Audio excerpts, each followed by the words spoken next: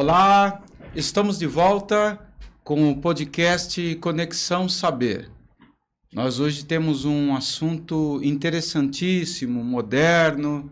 Como você já deve saber, né? Nós estamos iniciando um novo projeto. Esse projeto é um projeto exatamente de um podcast. Se você ainda não me conhece, eu sou o professor Marcos, sou psicanalista, filósofo, e hoje eu tenho aqui na minha companhia dois psicólogos e psicanalistas também, que vão discutir comigo essa questão tão relevante do atendimento online. Será que funciona o atendimento online? Será que as pessoas podem acreditar em uma pessoa que está a muitos quilômetros, às vezes, de distância, né? Que só conhece através de uma máquina? Então, hoje, nós escolhemos esse tema para que você se intere um pouco mais, entenda um pouco mais essa questão do atendimento online. Luan, quer falar um pouco sobre o seu currículo? Além de ser psicanalista, né, de ser psicólogo, trabalha também com adolescentes, crianças, né? Sim, né? Então, meu nome é Luan Freitas, né? Sou psicólogo, tenho formação em psicanálise, né? E atuo, né, com crianças e adolescentes, sendo o foco, e também com atendimentos online, né? Então, uma especialidade, até por isso, né, a questão do convite, né, para a conversa de hoje. Né? Ah, isso aí. Patrícia? Eu também sou psicóloga e psicanalista, sou mestra em educação e eu também realizo atendimentos com crianças e adolescentes. Ah, que legal. Então, vocês já viram que estamos bem acompanhados. Vamos discutir aqui, né? Temas que ainda estão abertos. A questão do atendimento online, né? Está ainda para ser discutido, aprofundado. Há muitos conselhos até, né? Que discutem se deve-se ou não regulamentar especificamente esse tipo, né, de atendimento. Então, durante esse programa, esse episódio, discutiremos todos esses detalhes. Eu devo começar, primeiro, justificando o tema a partir da ideia de que o mundo mudou. Houve uma evolução tecnológica. Podemos até dizer, né, que depois do advento da internet, houve uma mudança drástica no tipo de interação humana. É interessante nós não esquecermos que não faz tanto tempo assim, né? Se pensarmos aí há 10 anos, não haveria celular, não haveria a ideia de aplicativos, a internet estava começando, né? Vejam que mudou esse cenário radicalmente. Não há mais como fugir dessa possibilidade do atendimento online. E preparei aqui um roteiro para que os meus companheiros também me ajudem, né? Nessa estrada que vamos tomar a partir de agora. A primeira questão: seria certo dizer que o Covid-19 criou as condições que levaram ao novo hábito do atendimento terapêutico online? Ou, diferente disso, né? A crise sanitária apenas acelerou um processo que cedo ou tarde iria se fixar. Será que a Covid criou ou apenas acelerou? O que é que vocês acham? Quem quer começar? Luan? Começa? Então, seria mais ou menos a segunda opção, que apenas acelerou, né? Desde 2012 já havia discutido, né, a partir de diretrizes, né, sobre o atendimento online. No entanto, depois, né, da Covid, né, que não teve jeito, né, então, como se fosse abriram as porteiras assim, para o atendimento online. O online acabou se tornando a nossa única opção de contato com a raça humana, vamos colocar dessa maneira. E para terapia, para saúde mental, também não foi diferente. O único contato que a gente tinha com os nossos pacientes enquanto terapeutas era apenas por modo virtual. Como é que vocês se sentiram no ápice da crise? Na verdade, nós todos fomos tomados por uma certa surpresa, né? Ainda mais brasileiros que não estavam acostumados com uma crise dessa dimensão, né? Sim. De repente, proíbe-se as pessoas praticamente de saírem de casa, de frequentarem, né, estabelecimentos. E como é que vocês sentiram? Qual a impressão mais particular de vocês neste momento? Foi um momento bem complicado, porque nesse ponto, até como o Luan havia mencionado, nós atendemos principalmente crianças e adolescentes. E foi uma dificuldade muito grande a gente encontrar recurso, a gente encontrar possibilidade de atender esse público ainda também de uma maneira online. Porque, querendo ou não, principalmente crianças mais novinhas, elas tendem a dispersar um pouco mais. Aí, muitas vezes, ela estava ali no atendimento, aí ia fazer uma outra coisa, e ficava muito difícil para manter a dinâmica ali do atendimento. Tanto que, à medida que foi passando o tempo de pandemia, a gente foi deixando, digamos que, mais restrita essa questão também das idades. Por exemplo, com crianças muito novas, em um momento ou outro, a gente realizava o atendimento. Mas a gente tinha como um pilar ali para o atendimento infantil a orientação parental, que aí a gente conseguia atender ainda esse público, mas pelos pais. Entendi. Então, o atendimento online ficou mais focado nos pais do que propriamente em crianças muito pequenas, né? Exatamente. E em relação aos jovens, já foi mais tranquilo. Já foi mais tranquilo porque eles já tendem, digamos, a ter mais facilidade também com essa dinâmica virtual. Estão acostumados, né? Já estão muito mais acostumados. E justamente pensando nisso, para nós também não foi muito difícil, né? Realizar o contato virtual também com essa galera. E no começo, né? Não havia, né? Era só o Zoom, né? Então tinha aquela demanda, não tinha nem programa direito pra gente utilizar, né? Então ainda estava começando, né? Ter essa A crise parte, do Covid acelerou tudo isso, sim, né? Até os meios, né, de comunicação se aprimoraram. A criação de plataformas, né? De Então, empresas que oferecem esse tipo de serviço. Isso. Os muito que bem tinham, lembrado, né, nem existia, né, né? praticamente. E os que tinham não funcionavam direito, ainda mais pela alta demanda, né? Todo mundo usando, fazendo reunião de trabalho, né? Então a mente ficava muito instável, né? Então foi uma dificuldade, né, que não pode deixar de ser citada também, né? Mas conforme o tempo foi passando, né? Então foi melhorando e as pessoas foram se acostumando, né? Então hoje em dia o pessoal pergunta: que aplicativo que vocês trabalham, etc e tal. Então é muito mais comum. Muito mais comum. Entendi. Legal. Então vejam que há um processo de amadurecimento, até meio que orgânico, natural, né? Porque como as pessoas precisaram, né, ter uma interação por meio da tecnologia, as empresas também começaram a criar opções, né? Coisas que não existiam passaram a existir. Mesmo os conselhos profissionais se tornaram também mais flexíveis, sim, né? É verdade. A modernidade, algumas mudanças, né? Até dentro da ideia de ética. Eu lembro bem de alguns conselhos dizerem que a ideia de um atendimento online feria, né, a base ética da profissão.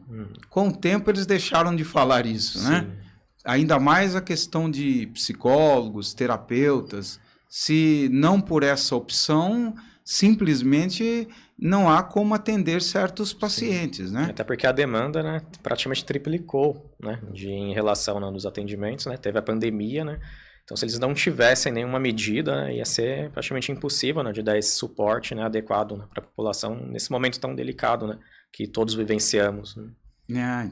Legal. E mesmo depois que passou a crise, há o elemento também geográfico aqui no Brasil. O Brasil é muito grande, né? Nós sabemos bem que existem certos municípios que não têm nem mesmo a figura do psicólogo presente, né? Não há um consultório, não há uma clínica. Então, nesse sentido, o atendimento online é também uma forma de democratizar, de dar acesso, né, a essas pessoas tão distantes. Vocês concordam com isso? O que vocês acham? Com certeza. Muitas vezes o indivíduo ele quer sim realizar o processo psicoterapêutico, mas ele não encontra nenhum tipo de profissional ali perto da casa dele. E com a terapia online, ele já consegue ter também essa assistência, ele consegue realizar sim a psicoterapia e com excelência, porque ele consegue sim se sentir acolhido, ele consegue sim realizar o tratamento dele. E isso é uma perspectiva muito interessante que a gente percebeu também. Ah, A legal. outra parte, né, é sobre acessibilidade, né? Então, tem pessoas com baixa locomoção, né, que eles não conseguiriam chegar até um consultório, né? E hoje em dia já é possível, né, atender essas pessoas, né, que ou sofreram um acidente ou tem algum tipo de necessidade especial, né? Então, outro ponto interessante, né? É, muito Que isso bem não é- colocado, né? É dar acesso a pessoas que normalmente não tem nem como sair de casa ou se locomover, né? Uhum. Com a facilidade de um jovem, né? Uhum. Esse é um ponto bem legal. Uhum. Agora, fora a questão da crise do Covid, existe também aquela coisa do inchaço, né? Urbano. Uhum. A questão do trânsito. Vocês acham que o atendimento online também acaba por superar essa dificuldade? É um meio, é uma ponte para uma superação? O que vocês acham? Com certeza, porque, por exemplo, às vezes os pais não conseguem levar os jovens também para terapia. Ali seja por uma questão de restrição do serviço, uma restrição ali de horário por conta do trânsito e etc. E aí eles optam pelo atendimento online. Aí a gente percebe que a gente torna também ali acessível para esse jovem também que não poderia, de repente, fazer ali a terapia da maneira convencional, ou seja, de maneira presencial, mas consegue de maneira online. Em questão dos adultos também, né? A rotina de trabalho muito intensa. E às vezes o pessoal procura, né, um horário de noite, né, que já chegou em casa, tá, vai lá, faz a terapia, depois já descansa, né? Então, respondendo a pergunta, até para os adultos, a gente percebeu essa demanda. E até Essa para os aqui, né? pais e mães também, né? Sim. Porque, querendo ou não, eles já passam ali o dia trabalhando, cuidando dos filhos. Aí, para eles também terem essa chance de autocuidado com a terapia online, ela facilita muito. E é um Entendi. público que a gente percebeu que, se fosse de maneira presencial, eles não iriam até o consultório. Então, o online abriu essa possibilidade, né, dessas pessoas chegarem até um atendimento especializado. Então, acho que foi algo que a gente percebeu, né, até agora nos tempos mais atuais, né, passando já a pandemia, né. Então, a gente percebe que tem demandas, né, que é especificamente online. A pessoa não iria procurar se não fosse também graças a esse recurso, né. Aí, nesse sentido, é uma forma até de popularizar a psicologia, né? Sim. De tornar democraticamente acessível a pessoas distantes, em outros municípios, em outros estados, né? Sim. Vocês mesmos conversavam comigo em off, dizendo que atendem pessoas até de outros estados, né? Sim. Ou distantes aqui de São Paulo, mesmo em municípios distantes de São Paulo, né? Sim. Essa é uma experiência interessante que só pode ser realizada através do atendimento online, não é isso? Isso. Luan?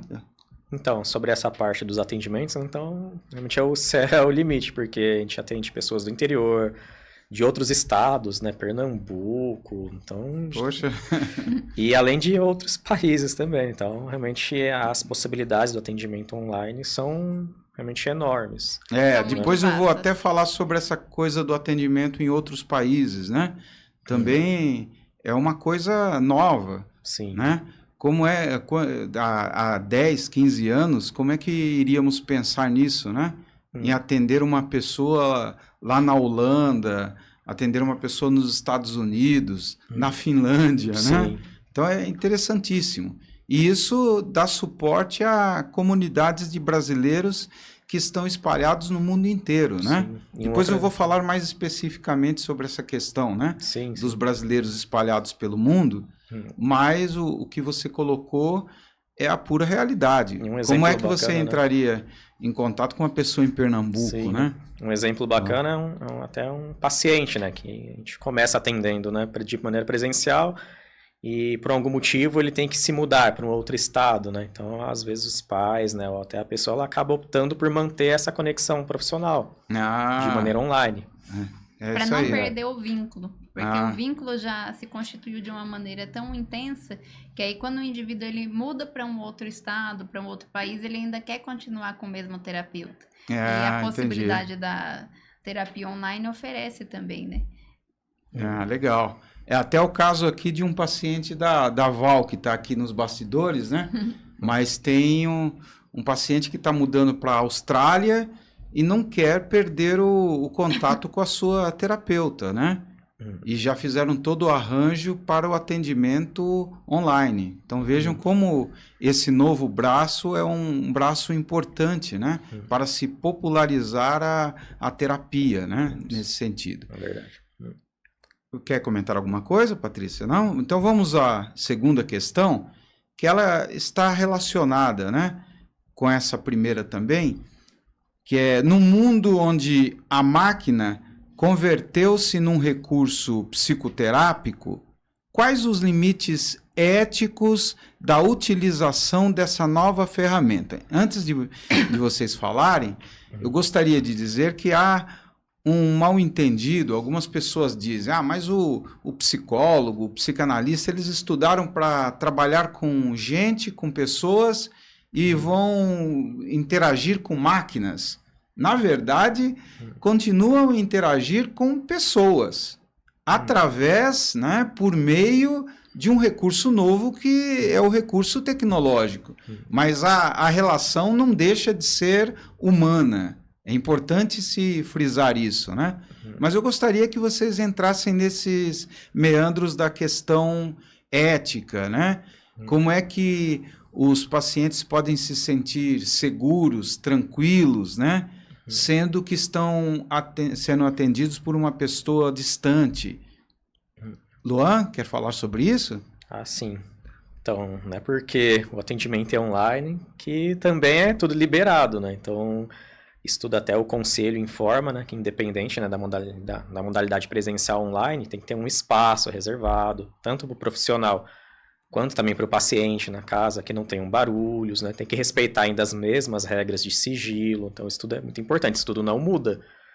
Então, legal isso. Ou seja, a gente precisa ainda partir do pressuposto de que temos diretrizes a seguir. Por exemplo, o que o Luan mencionou sobre a questão do sigilo. Para a gente manter o sigilo, a gente precisa estar orientando, por exemplo, o paciente de procurar um lugar na casa dele em que não haja circulação de pessoas, até para que ele consiga também se sentir seguro e realmente ele poder falar de uma maneira à vontade sobre o que ele está sentindo, as emoções, falar sobre coisas que ele não falaria, por exemplo, para a mãe, para o pai. Porque, de fato, é complicado, por exemplo, quando o indivíduo vai fazer a terapia na sala. Aí, quando você menos espera, aí tá a mãe, tá o pai ali. Tem alguém assistindo o filme, né, da Marvel. Daqui a pouco a mãe grita, isso não é verdade, viu? Ele tá mentindo sobre tudo. Tá mentindo. Ele não tá sendo sincero. Sem contar em momentos de jogo, né? Sai um gol, né? Aquele barulho todo, né? Não tem como. Exatamente. Se o indivíduo tá falando sobre algo polêmico, tá falando sobre algum tema sensível... Uma coisa íntima, né? Não tem como. Um segredo que a família talvez não conheça, né? Sim. Fica muito difícil desse indivíduo ele estar realizando a terapia na sala. Porque não tem como. Imagina como que o indivíduo ele vai estar confidenciando sobre questões íntimas da vida dele, ali com todo mundo passando, todo mundo ouvindo sobre o que ele está falando.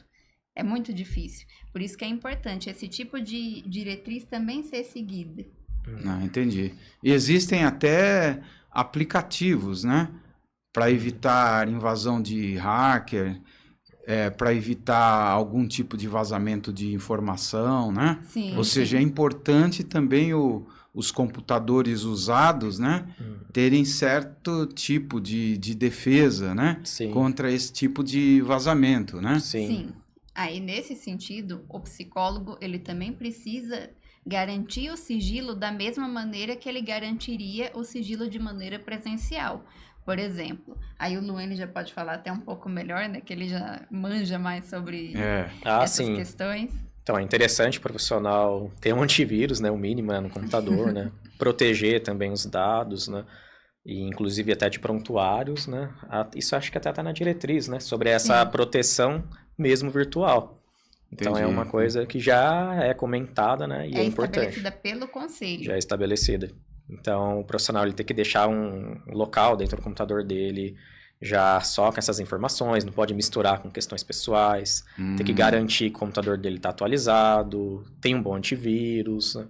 Isso tudo é muito importante. Até a utilização de aplicativos, né? Geralmente aplicativos especializados, né? Como o Zoom, né? Até o Google Meet, né? De certa maneira, né?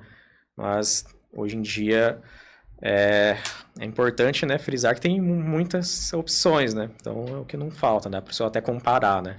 Entendi. Cada um oferece um sistema de proteção diferente, né? Então é bem importante, né? E nesse ponto, indo além também dessa questão do software, de toda essa questão relacionada aos dados em si, a mesma coisa em relação ao ambiente ao qual o terapeuta também vai estar realizando ali a terapia, que ele também vai estar prestando o serviço dele. Da mesma maneira que um psicólogo, de uma maneira presencial, ele está ali em um consultório, o terapeuta ele também precisa estar em um lugar reservado, até para que ele garanta o sigilo de uma maneira ou de outra. Isso. Não teria sentido, por exemplo, ele orientar o paciente de procurar um lugar reservado e ele mesmo estar numa pracinha. Ele mesmo estar na praia, realizando a terapia. Eu sei que vocês são criteriosos, né? Até tem um celular específico para a vida profissional. E um outro celular, né? Para a questão mais particular, mais pessoal, né? Então, isso é vital também, né? Sim.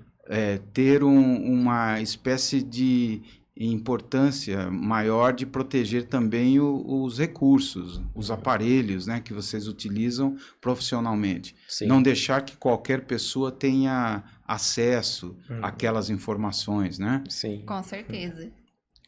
É isso mesmo? Essa coisa do celular é uma coisa meio básica, né? Mas deve-se ter um celular só para a vida profissional, né? Tem profissionais que eles até misturam, né? Mas a gente recomenda a questão de, se possível, deixar um aparelho só para essa parte do trabalho, até para ter acesso a um WhatsApp profissional, né? Esses aplicativos, deixar tudo. Fica até mais fácil até para o próprio terapeuta se organizar, separar direitinho, né? Não misturar com as questões pessoais, né? Em questão também do computador. Se o indivíduo ele tem um computador que ele coloca ali prontuários, que ele atende ali por meio daquele aparelho, é muito importante que só ele o utilize. Ou então que haja ali algum tipo de mecanismo para ele estar protegendo os dados, que outras pessoas que utilizem aquela máquina não tenham acesso aos dados àquelas informações. Cria um perfil só para essa parte, deixa tudo guardadinho, os prontuários, né? Fazer backups também é muito interessante. É isso que eu queria saber, né? Ou seja, a pessoa pode se sentir tão tranquila como se estivesse dentro de um consultório, né? Sim, sim. Como se estivesse diante do terapeuta presencial, né? Sim. É isso aí, legal. Exatamente. Muito bem, então vamos à terceira questão, né? A terceira questão: como os brasileiros espalhados pelo mundo, segundo a visão profissional de vocês, né? Têm se beneficiado com essa nova interação virtual? Agora entramos na praia de vocês. Eu sei particularmente que vocês têm bastante pacientes, né, no exterior e tem crescido, né? Exatamente porque vocês têm esse cuidado. Falem um pouco sobre os benefícios que uma pessoa no exterior tem a partir do atendimento online. Você quer começar? Muitos Patrícia? relatam a questão deles se sentirem mais acolhidos, porque, querendo ou não, quando você está falando com um terapeuta que também faz parte da mesma cultura que a sua, ele vai ter um maior entendimento das suas demandas. E nesse ponto, algo também muito relatado pelos meus pacientes é em questão também da linguagem. Por exemplo, se eles procuram um profissional de lá e eles ainda não têm domínio da linguagem que eles estão se inserindo, como que eles vão falar, como que eles vão expressar sobre os sentimentos deles? Não vai haver essa expressão livre. É diferente de quando eles estão ali por meio da terapia online, se expressando, podendo falar livremente, que eu entendo tudo que eles estão dizendo. Entendi. E Legal. até pela parte cultural, né? Geralmente as demandas, né, são muito parecidas com o pessoal, né, que reside aqui no Brasil, né? Embora eles estejam em outros países, né, essa questão cultural ainda fica muito forte. Pesa bastante, Sim, né? eles relatam sobre isso. Até tentei passar por um profissional aqui, mas eu não senti uma conexão, né, por conta dessa barreira cultural, né? Então eles preferem estar buscando, né, profissionais capacitados aqui no Brasil. Ah, entendi. É um novo campo também de atuação, né?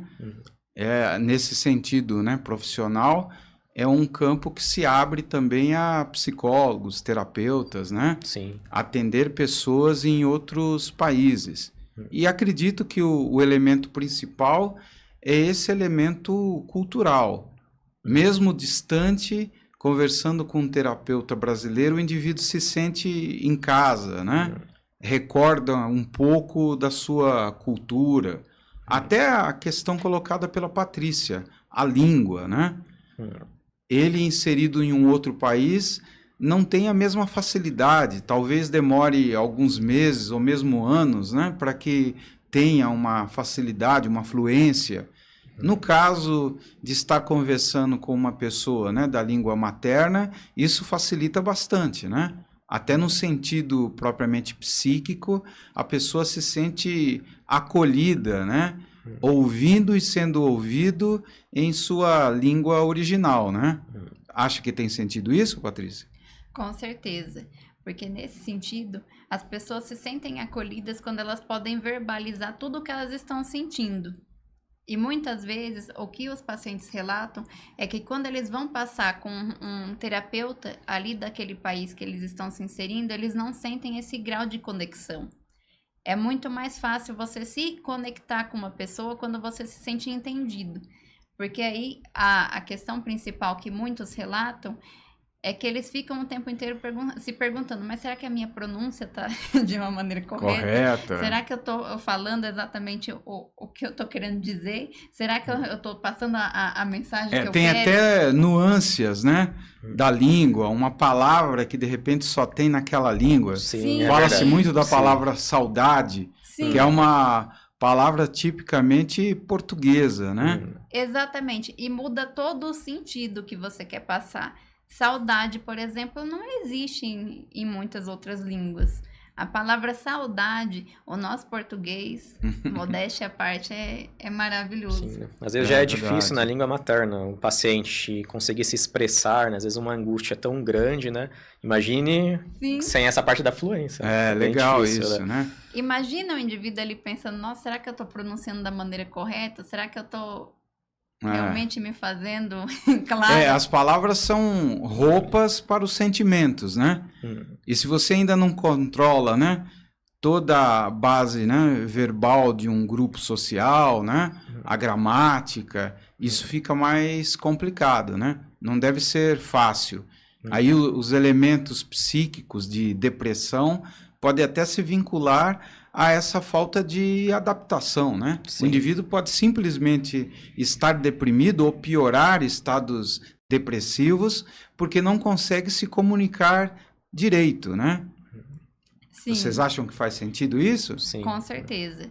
A comunicação fala muito em relação aos sentimentos, em relação às emoções. A maneira como o indivíduo se comunica vai dizer muito como que o tratamento ele realmente vai se dar. Como que o indivíduo ele vai conseguir de fato se tratar, como que ele vai de fato se sentir melhor. E nesse ponto, um outro aspecto muito interessante é em relação a elementos históricos também. Por exemplo, o indivíduo que relata que ali um evento de São Paulo, ele morava em São Paulo, muitas vezes eu sei também dos mesmos eventos, eu também vivenciei grande parte das coisas que ele também vivenciou, até por já ter ali histórias, digamos que muito similares em decorrência da mesma cultura. Ah, legal. Há um processo de empatia facilitado, né? É uma maior identificação que Uma maior surge. identificação. Acho que até acima dessa parte puramente da linguagem, nem toda essa parte cultural, né? É o que pesa bastante, né? Quando o pessoal procura ajuda, né? Do pessoal que mora fora e procura ajuda de alguém, né? Aqui do Brasil. Então a gente percebe que nem só é a questão da língua, e sim também toda essa parte, né? Que a Patrícia comentou, na parte histórica e cultural, né?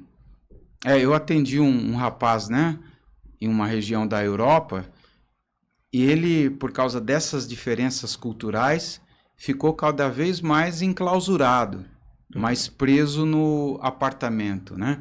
Como se tivesse vergonha, dificuldade, né, de se expressar de forma clara com colegas de trabalho. E aí ele achou até a pandemia um momento muito bom. Por quê? Porque não precisava se obrigar a sair de casa, né?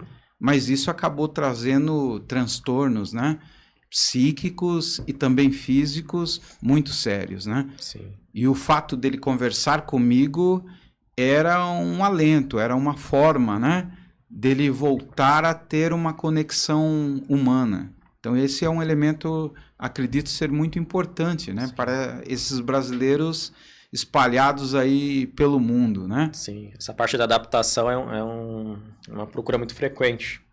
Então, o pessoal que vem procurar ajuda, né, dos expatriados que a gente fala, né, pessoal que está morando fora, é justamente por questões de adaptação ao país novo, na questão da cultura.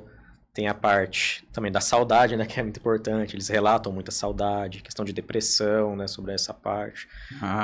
Então, é algo que a gente percebe, né, ainda frisando esse exemplo, né, da adaptação, é uma das queixas mais frequentes, né, Entendi. que aparecem, né.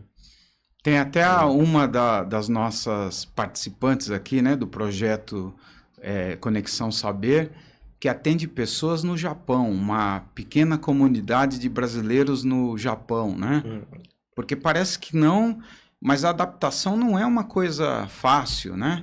Não é tão natural assim como nós imaginamos. Da mesma maneira que o japonês ou qualquer outro grupo social, né, que venha para o Brasil terá certa dificuldade, né? Sim. Vocês mesmo atendem pessoas na Canadá, né? Sim. Grupos de No pessoas Canadá, na Inglaterra, Estados Unidos, ou seja, né? Pessoas que, se não têm esse contato com o terapeuta, podem simplesmente surtar, ou seja, pode ser desde o afastamento mais simples até a psicotização, né? Ou seja, a pessoa não pode viver sem a relação propriamente humana. Sim. E nesse sentido, sejamos honestos, toda mudança para nós é difícil, porque, querendo ou não, quando a gente muda, por exemplo, de trabalho, requer toda uma fase de adaptação. Quando a gente muda de casa, quando a gente muda ali de endereço, vamos supor, de cidade, já tem ali vários e vários costumes e hábitos ali daquela população local que já são diferentes. Imagina quando você muda de país. Verdade, tem verdade. tantas e tantas mudanças, seja de linguagem, seja de maneira como as pessoas realizam seus gestos, tem ali os seus hábitos do cotidiano. O outro é um outro distante, né? Sim. O outro é um outro estrangeiro, é um outro que não tem afinidades, né, banais, como nós temos aqui dentro da nossa cultura. E um outro detalhe, né, é a questão do clima, né? Então, tem países que o inverno é muito rigoroso, né? Por exemplo, legal. Canadá, Estados Unidos. Muito bem lembrado. O pessoal fica lá dentro de casa por meses, assim, com aquele frio de menos 40 graus, menos 50 graus, assim, uma coisa absurda. Sim. E imagine a situação de uma pessoa já fechadinha, enclausurada, né? Sem ter contato com ninguém, né? Então, é um dos motivos também que o pessoal procura, né? Essa semana, coincidentemente, eu li um artigo do The Guardian que falava exatamente sobre essa questão, né? O clima, o aumento de pessoas deprimidas e a terapia online.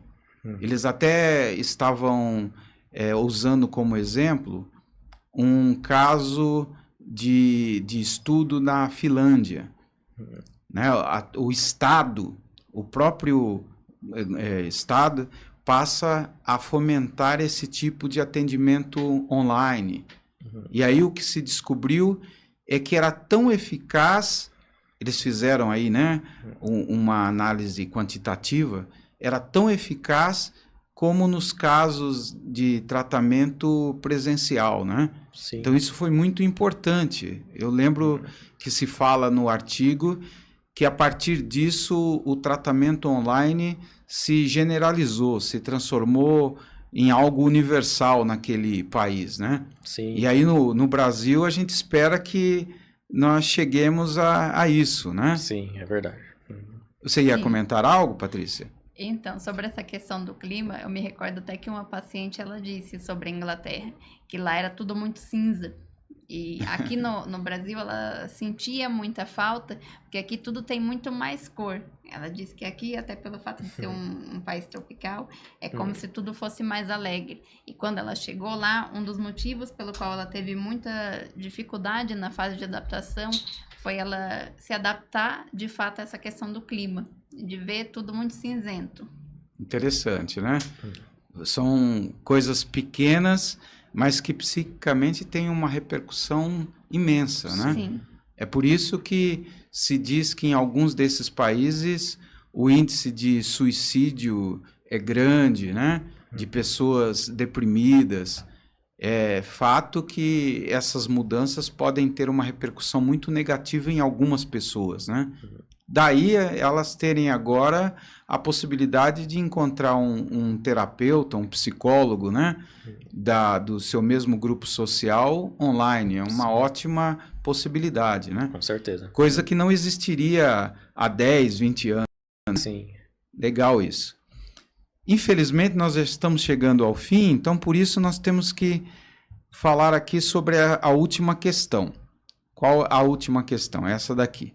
É possível mesclar o modo de atendimento virtual e presencial com o mesmo consulente, com o mesmo paciente? Sim, é uma coisa que a gente realiza bastante, inclusive. Por exemplo, o indivíduo que ele está ali na terapia presencial, mas ele precisa fazer uma viagem. E aí, para ele não perder a constância dos atendimentos, ele opta pelo atendimento online. E a gente realiza sem problemas. Ah, legal. Tem momento de férias também, né? Tem profissionais que Sim. gostam de utilizar desse recurso, né? Para não perder. Então, o pessoal vai lá, mesmo de férias, não quer perder a terapia, fica lá no quarto do hotel, num lugar reservado, faz a terapia, né? E não perde. Então, é bem interessante essa parte, né? Sim. De poder ter essa mistura, né? E também no caso dos pais, que muitas vezes a gente precisa dar uma devolutiva, mas em decorrência ali de questões relacionadas ao trabalho, restrições de horário, eles optam pela terapia online, ali pelo atendimento online. Ali especificamente, naquele dia, eles realizam de maneira online. Ah, entendi. Pode começar presencial por online, pode ser o inverso, né? Então, há casos, né, de adolescentes, né, que é difícil tirar ele do quarto.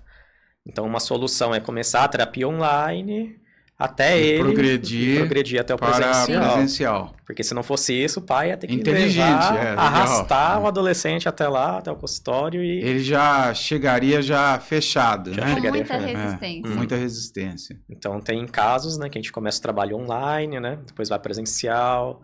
Isso tudo mais com adolescentes, é muito comum, né? O pessoal que fica mais trancadinho no quarto, né?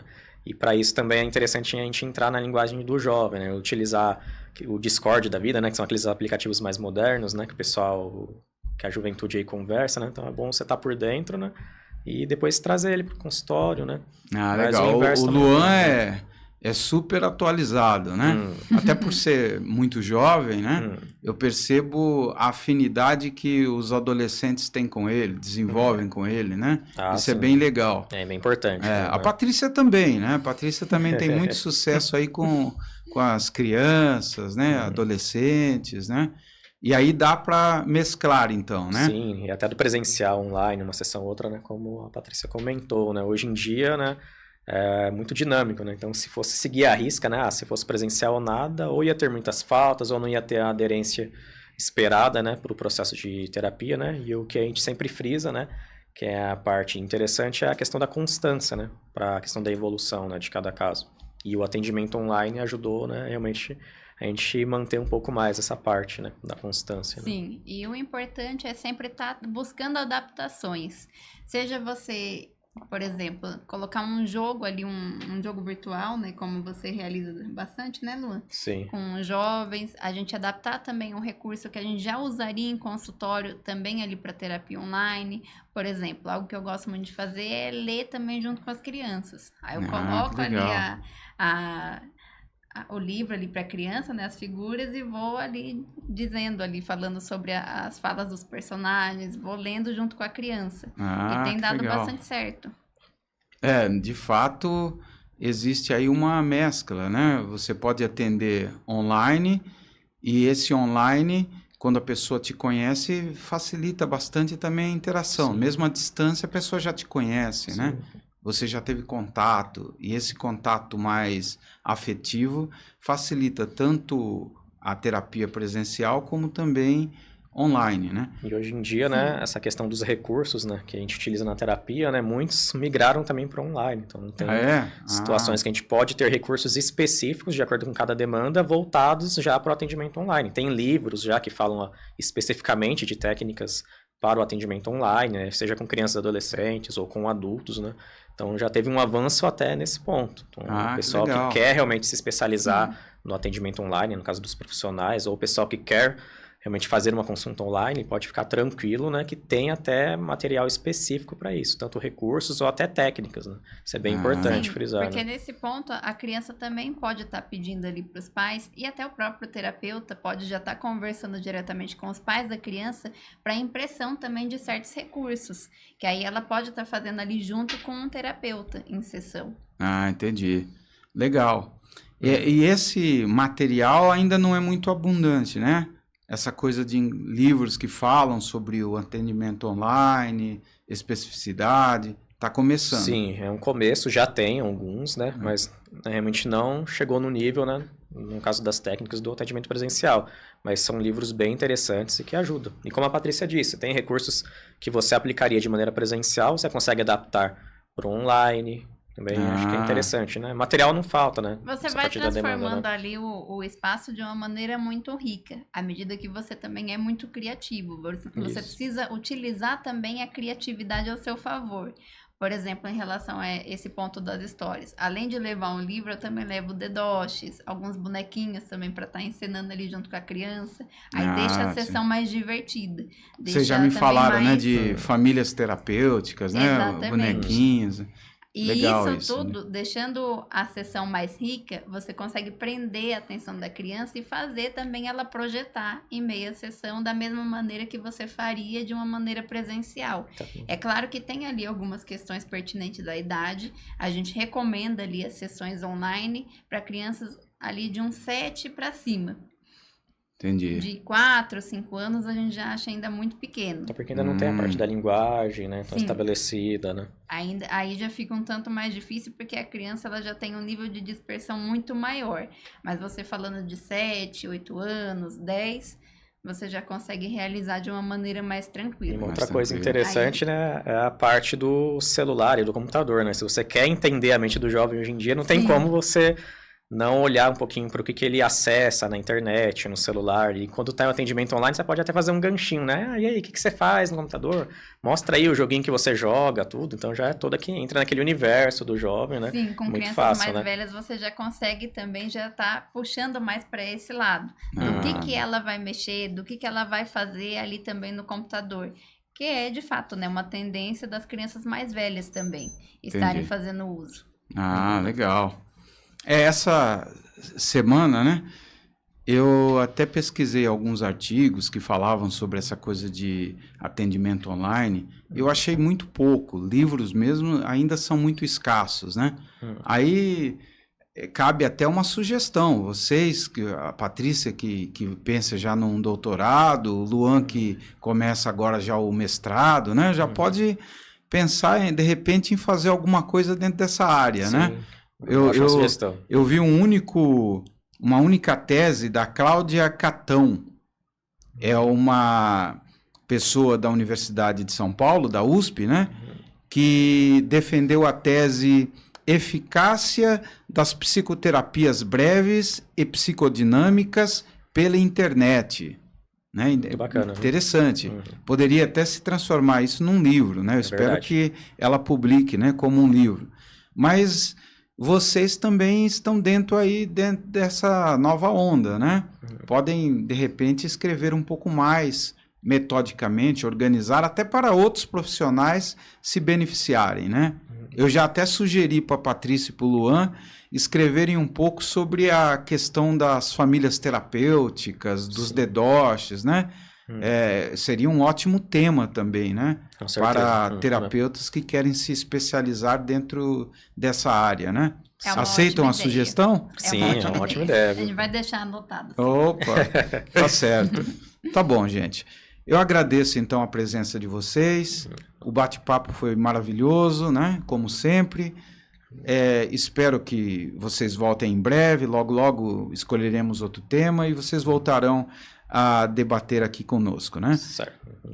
Eu vou agradecendo a presença dos dois, agradecendo a sua audiência. Fico muito contente, né, de encabeçar esse novo projeto. O objetivo é exatamente trazer luz a temas polêmicos, temas ainda não muito debatidos, né? Como, por exemplo, o tratamento online. Você certamente aprendeu muitas coisas, pode agora, de repente, até começar aí um tratamento online, né?